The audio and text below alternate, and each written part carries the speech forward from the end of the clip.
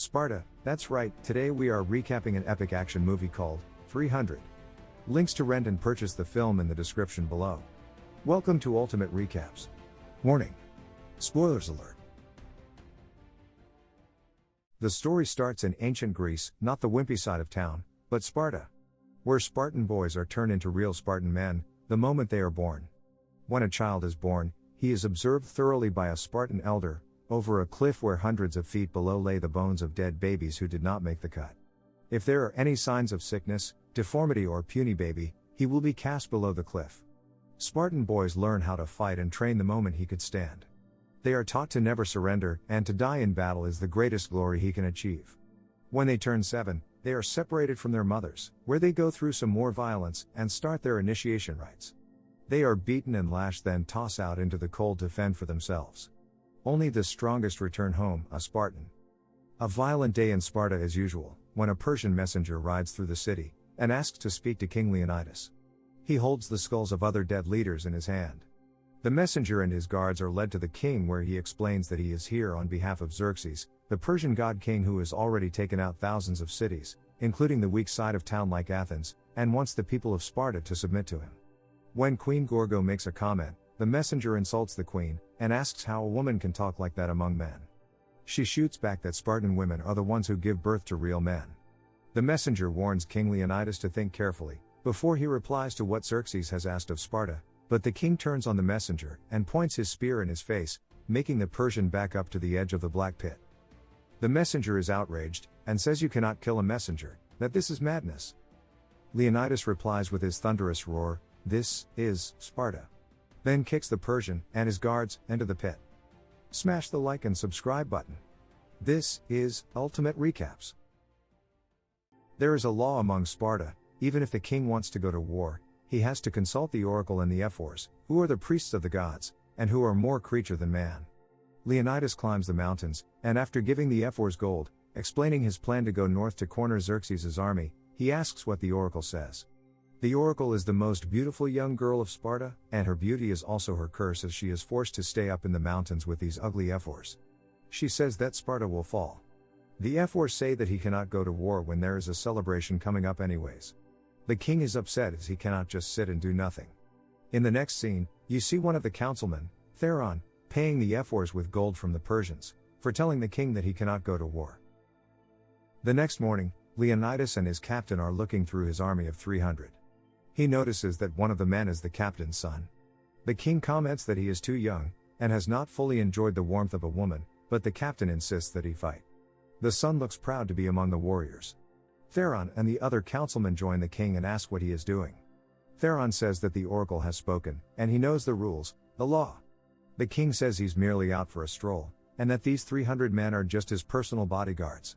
Theron sarcastically asks where the king will be walking to, and he replies the north. Theron replies to Hot Gate. The Persians are coming from the sea. On the beach, there is a narrow opening, the sides surrounded by huge rocks. There is no other way for the enemy to get through except via the narrow opening. That's where the king and his 300 Spartans will be. Before they head out, the queen gives Leonidas her necklace and says to come back with his shield, or on it. While they are marching out, they meet with another group, the Arcadians. The leader of the Arcadians says they heard that Sparta was going out to fight against Xerxes, and they are here to join. But he is surprised at the small number of men the king brought with him. Leonidas asks one of the soldiers from Arcadia what his profession was. His reply, a sculptor. Another was a blacksmith. Another a potter. Leonidas looks back at his army of 300 and asks what their profession was. The Arcadians are met with thunderous roar, and the king says that he has more soldiers than you have. The Arcadians are impressed, and everyone marches down to the ocean together. Meanwhile, the queen wants to talk to the councilmen, to ask if they will send an army to help Leonidas fight against the Persian army. She has one of the councilmen try to set up the meeting, and he says that she will be able to speak in 2 days. She says that the king may not have 2 days.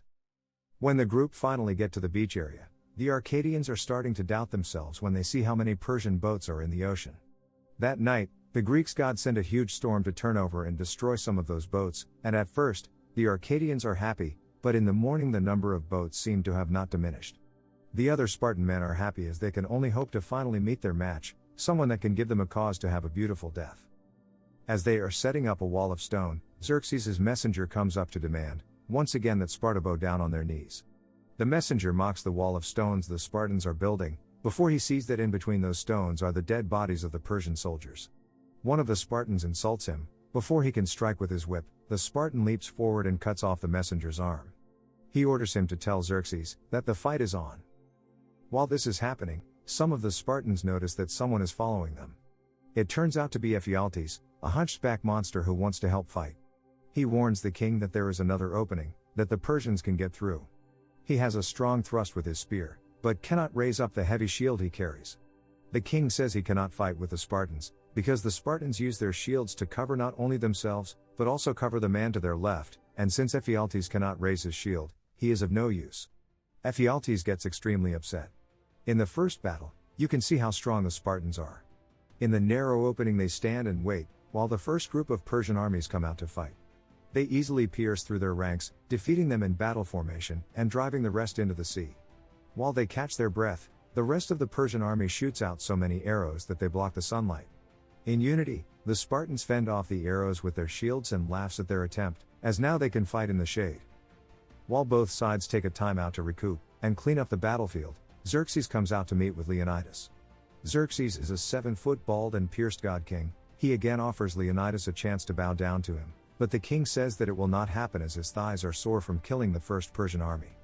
Xerxes is pissed off and says that he can wipe out Sparta, and no one on earth will ever know about them, will never know who they are. He will cut out the tongues and eyes of people who even mention their name, and soon everyone will forget who King Leonidas is, or who the Spartans are. The next battle is against the Immortals. They are soulless monsters with black eyes, and teeth that are filed into fangs. They wear black and gold masks and their special weapon is this huge chained-up monster. Leonidas beheads the monster. Though they do lose some of their men, the Spartans defeat the Immortals. The next fights, the Persians bring on as much power as they can, using rhinos, magic, elephants from halfway around the world. The Spartans defeated them all. When Xerxes sees the army losing, he disciplines his generals by chopping off their heads. As the battles rage on, the captain's son is beheaded. Heartbroken over his son, it took 3 men to pull him back. The battle was won, but at high cost. At Xerxes' camp, Ephialtes has gone to him.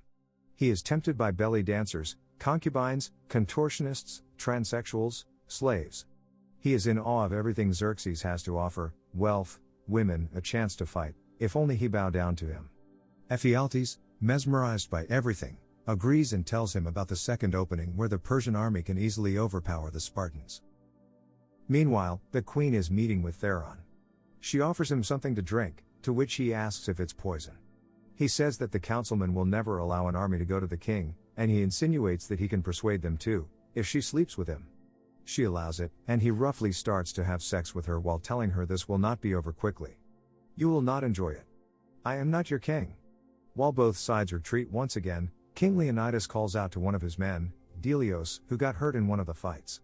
The king asks him to return home and use his unique talents to tell the tale of Sparta, to tell everyone, all the Greeks, his story and his 300 men. He knows that they are going to die, and though he is sad he will not see his wife, he is happy to be doing what he is doing for Sparta. He gives back the necklace his wife gave him, and asks Delios to return it to her. The next day, the queen gets to meet with the councilman. She gives a great speech to why they should allow the army to go, and help the king. You can see that some of the members are touched by what she is saying, and is starting to agree with her. When she ends her speech, Theron sarcastically applauds her. He turns against her by saying that why should anyone listen to her, as she is an adulteress. He tells everyone that she came on to him, and offered herself to him, but that he is an honest man and turned her down. She gets upset and starts to go after him, but he orders 2 guards to grab her and take her out of the room. She struggles to let go, which they do, and when she is free, she grabs one of their swords and stabs Theron in the stomach. She pulls him close and says, while pushing the sword in further, "This will not be over quickly. You will not enjoy it. I am not your queen." When she pulls out the sword, his money pouch also comes free, and as he falls, so do the Persian coins that he's been bribed with. The other councilmen pick one of the coins up, and realize he's a traitor. As the Arcadians leave camp, it is just the king and what's left of his army. The Persian army is everywhere, and surrounding them. Once again Xerxes comes out to watch, and one of his minions asks Leonidas to submit.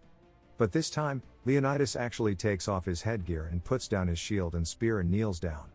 but only to compose himself, as his huddled group of Spartan men break way and one member runs up and jumps on Leonidas' back to spear that minion to death.